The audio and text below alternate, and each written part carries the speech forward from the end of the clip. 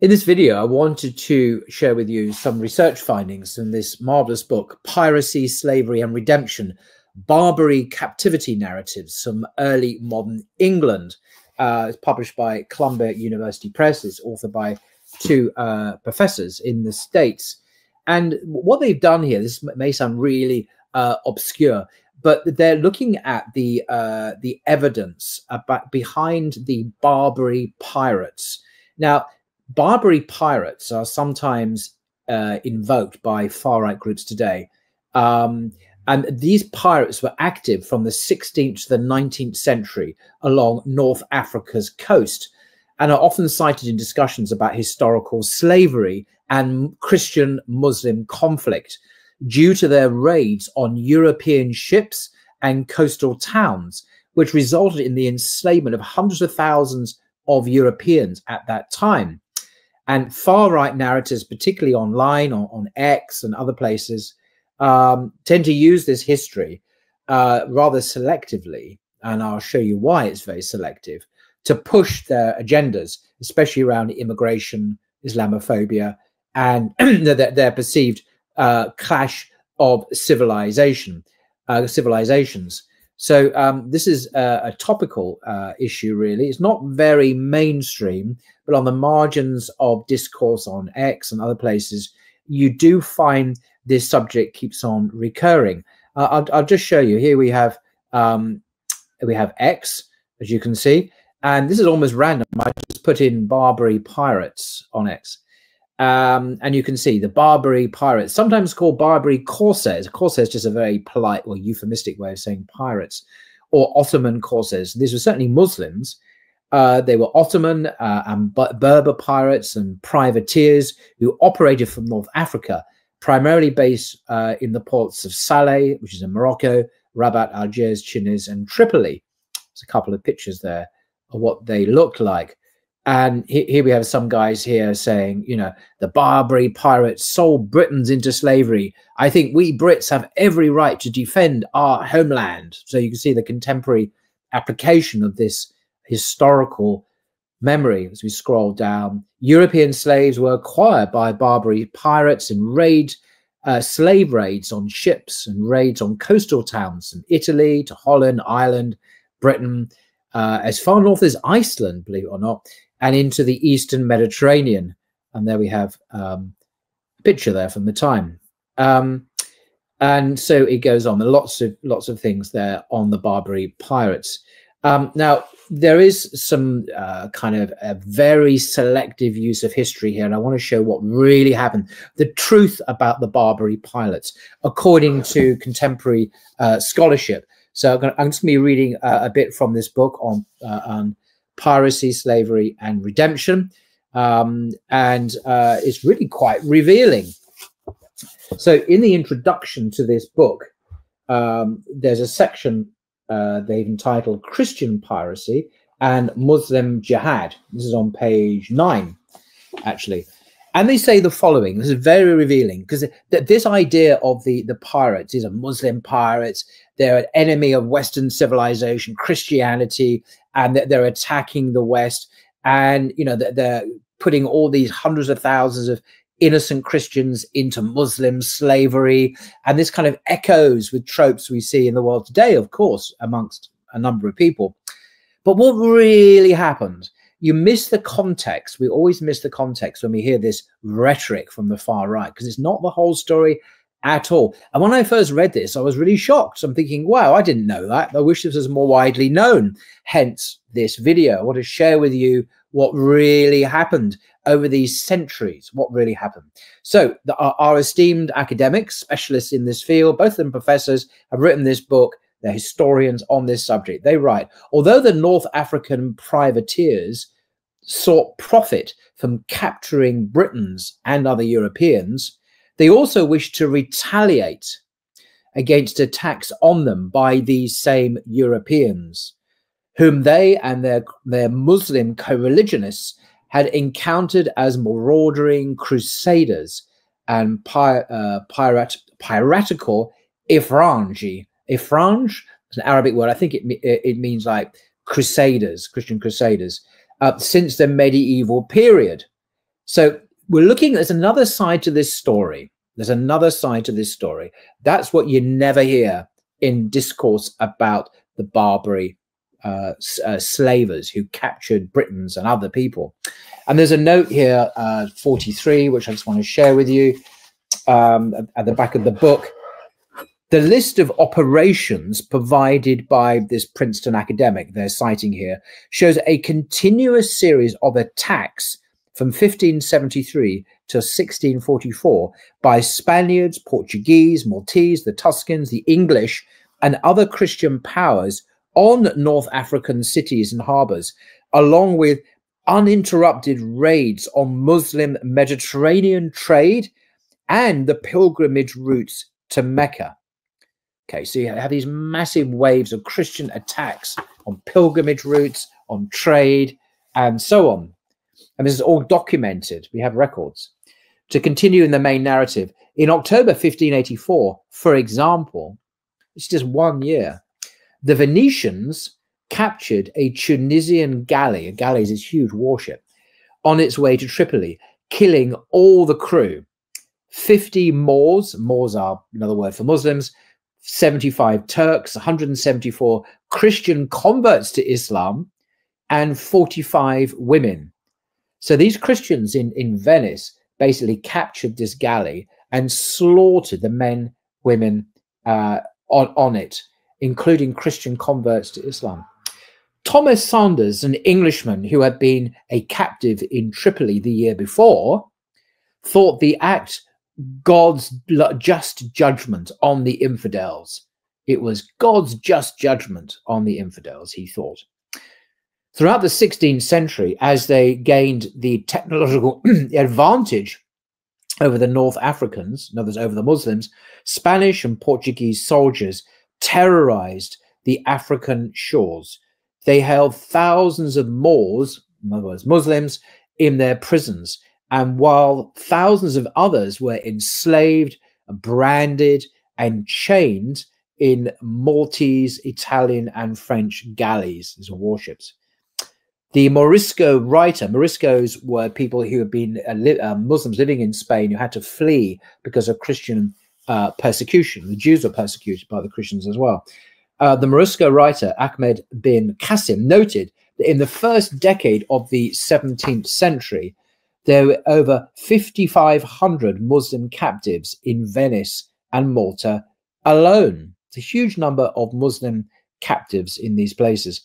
An English captive in Tunis, the Catholic Robert Elliot, even complained in 1612 about the depredations of his heretical Protestant compatriots. So he was obviously a Catholic. While another captive, John Rawlins, admitted that the reason the Algerians maltreated the English captives was that the English fleet had tried to burn the Algerian harbour months earlier.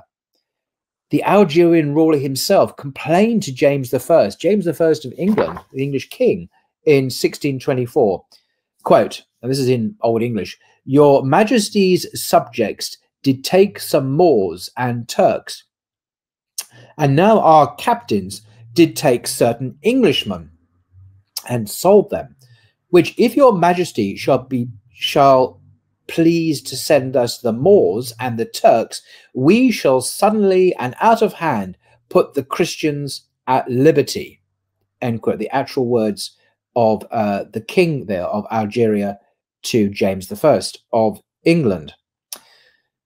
English aggression led to Algerian counter-aggression. Now, this is the context that's always missing from the far-right narrative about Muslim slavers, capturing and slavering and attacking the coast along southern England or Ireland or the Mediterranean. These things happened, but you only ever hear half the story. And this is the other half that we're hearing now in this academic work. So they say English aggression led to Algerian counter-aggression. In the 1620s, scores of Moors and Turks were held in English, Irish, and Welsh jails and later sold as slaves in Spanish sea towns, or they were executed as pirates. It's not surprising that in many North African Arabic writings, this is a very interesting point, whenever an author mentioned European Christians, Nasara in Arabic, the words that he invariably added afterwards were, "May God destroy them." So there was a curse on these people for what they've done. In 1627, the inhabitants of Saleh, a city in Morocco, wrote to King Charles I, this was later, complaining about the depredations committed by the English captain Neaston. 3 years later, they complained again. A few years after that, English ships attacked Algeria in an act of war that the English captive, Francis Knight, blamed squarely on his compatriots, in other words, other English people. Quote, "I am certain that the last peace was broken by the English, by whom those of Algeria received many injuries and long suffered them before they sought the least revenge." Unquote. Do you get a sense of the forbearance and the suffering of the Algerian Muslims before they took action and counteraction and fought back and took revenge? During the Restoration, this is when the monarchy is restored in the 17th century, Charles II, very involved bit of history there. During the 17th century Restoration, the English became so deeply involved in the owning and trading of Moorish slaves, i.e. Muslims, that the Algerian Dey, is the ruler, had to insist that if peace was to prevail, for which a treaty had been signed in 1662, the English should refrain from carrying Turks or Mussulman slaves. Muslimin, an old-fashioned term for Muslims. Sometimes the English used brutal methods to intimidate the Barbary privateer communities. The commander of the British fleet in the Mediterranean, Sir Edward Spragg, described in May 1671 how his fireships put all the Algerian ships in flame. In other words, the English burnt down all the ships, literally burnt them. The castles and towns are miserably torn, that's what he said, with an infinite number of inhabitants killed and wounded. And that which fell out very luckily to second this success was that all their Churchian chests were burnt on board their ships, and that they have not the least medicine to dress a wound with, unquote. So it's fairly horrific, and he seems to be quite proud of that. Over 10 years later, it was the French who devastated the city. So first the English, then the French had a go. The English consul, Philip Raycord, reported in 1683 that the French fleet launched 400 bombas out of ye 6,000.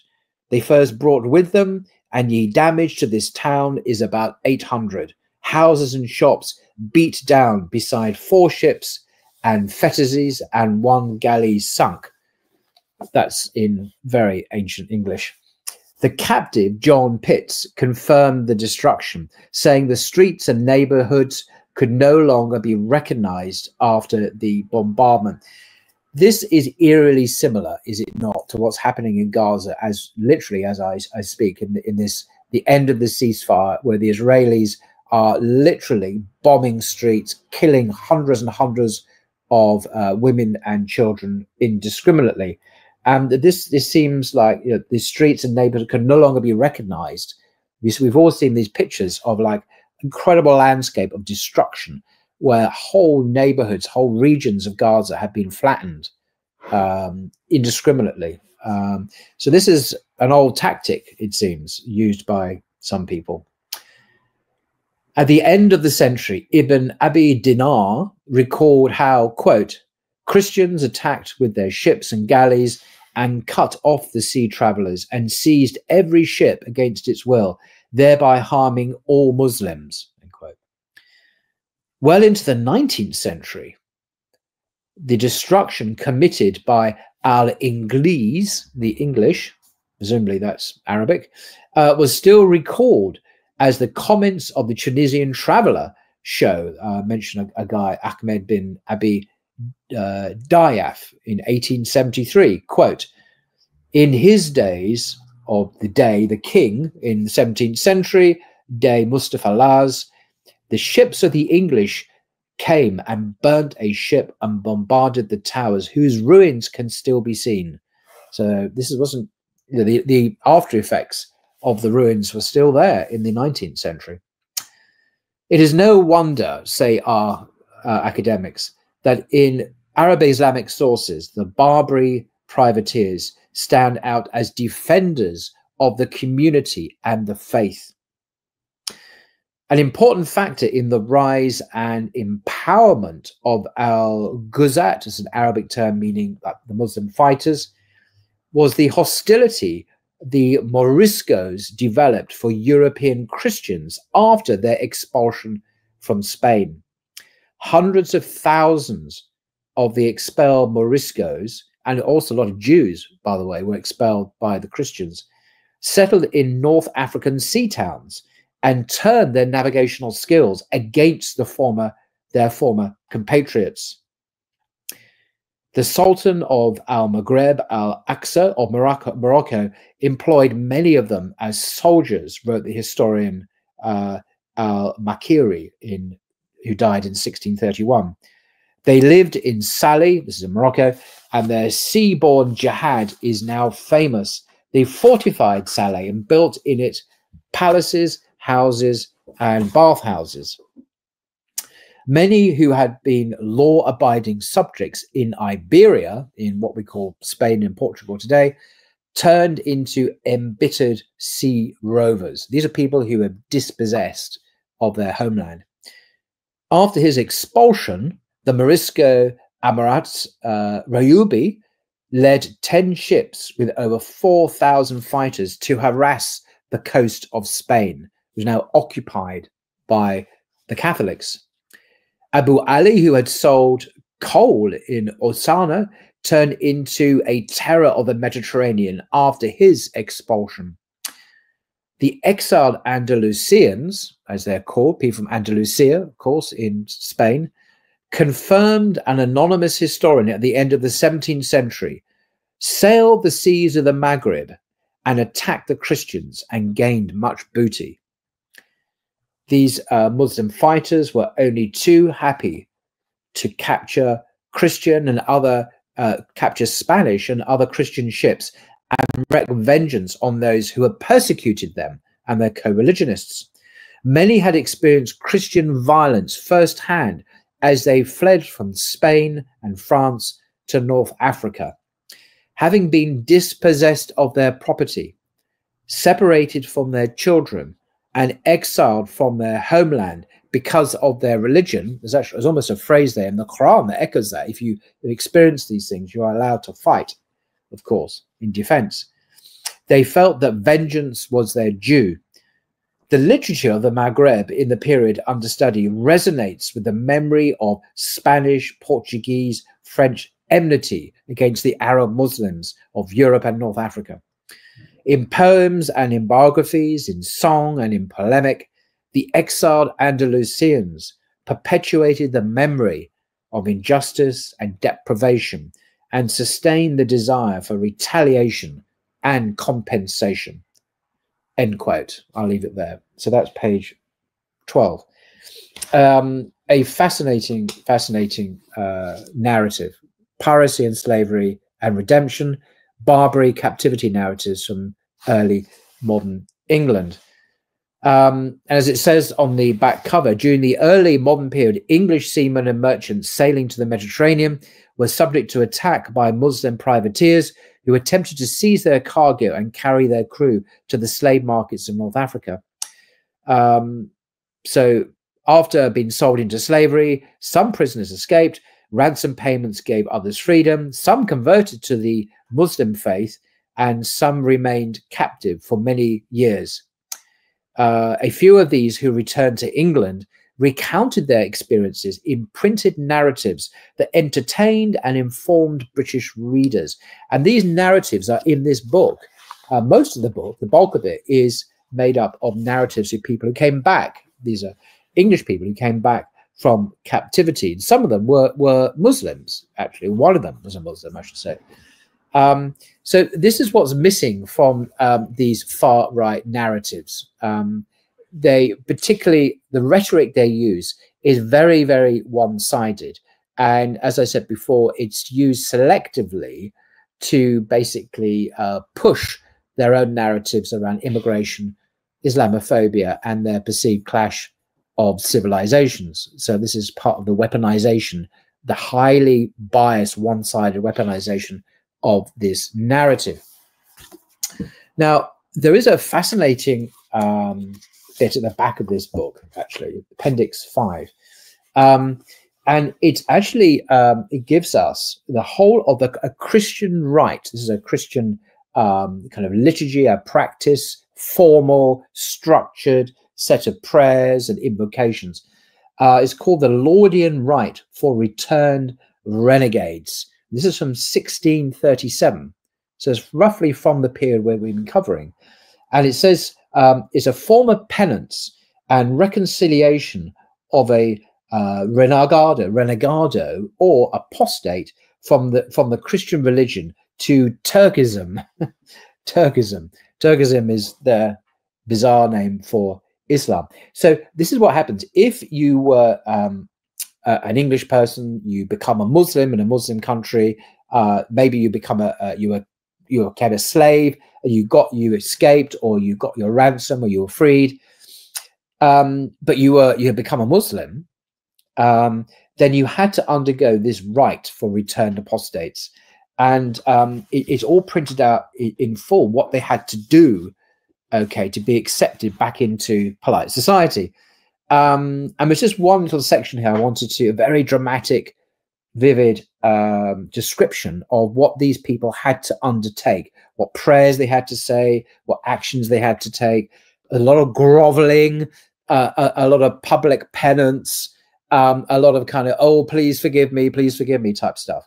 But there's a fascinating bit here. It says here, and I'm quoting from the actual 17th century rite, the next Sunday following, let the offender be appointed to stand all the time of divine service and sermon in the forenoon, in other words, during the Christian service on a Sunday, in the porch of the church, if it have any, or if none, yet without, in other words, outside the church door, if extremity or weather hinder not, in a penitent fashion, in a white sheet, with a white wand in his hand, his head uncovered, his countenance dejected, not taking particular notice of any person that passeth by him. And when the people come in and go out of the church, let him upon his knees humbly crave their prayers and acknowledge his offense in this form. So he's now got to say this formula. Good Christians, remember in your prayers a poor, wretched apostate. He's actually got to say these words publicly. So it's rather odd. So he's got to stand there in penitent fashion. He's got to look really, really miserable and sorry for himself, dressed in a white sheet with a white wand in his hand. I really don't understand the point of that. His head uncovered, because he's supposed to, you know, obviously a gentleman would wear something on his head, a hat. His countenance dejected, he's looking very unhappy for himself. And he mustn't notice people. He mustn't take particular notice of any person that passes him by. And he's got to be on his knees, humbly craving their prayers and acknowledging his offense. He's got to be groveling and debasing himself in front of his Christian, the Christians going in and out of church. Very striking. I don't know if this ever happened, this ever implemented, I don't know. But there's pages of it about how these long prayers and grovelings that he must undertake before other Christians, a form of penance, as like a public repentance and reconciliation of an apostate from the Christian religion to Turkism. Turkism. Unbelievable. So that's this fascinating book, I must say. It's not always easy reading because often there are very antiquated forms of speech that are not really translated. There are a lot of technical terms to do with the 16th and 17th century, not really explained, but you can easily look them up online and get translations of them, which I did. So, and finally, I just want to say about the whole issue of slavery and Islam, about which there's huge misconceptions, particularly in the West. The best book I've ever read, and I'm reading it again now, actually, is Slavery and Islam by Professor Jonathan A.C. Brown. He's an academic at Georgetown University in America. This is an absolutely outstanding work, I must say. It will really, really surprise you what Islam really teaches about slavery. It's not what people in the West think. It's very, very different understanding of human dynamics. I won't go into it all now. It's a huge subject. I've had the pleasure and privilege of interviewing or talking to Professor Jonathan Brown on Blogging Theology. You can see the videos, one about this book that I recorded a while ago. Listen to what he has to say if you want to follow that up. So there we are. That's I just want to share that with you. This whole far right narrative of this clash of civilizations, of Muslims enslaving Christians and kidnapping them, and so there did happen. Not the clash of civilizations bit, but the slavery did. But if you look at the whole story, the amount of attacks in Britain and Portugal and Spain and France and everyone else on the Muslim world was much, much bigger. And the amount of slavery and killing and decimation, Gaza-like obliteration of whole areas, that is missing from this story. And you don't get the sense of retaliation that was very much motivated by many. Some perhaps were motivated by profit, as well. I won't say everyone had 100% pure motivation, but clearly it was much, much more going on than than some people in the West and their weaponization of this whole narrative to serve contemporary far-right anti-Muslim agendas and ideologies. So that's why I'm kind of trying to share this with you now. I hope that makes sense. Until next time.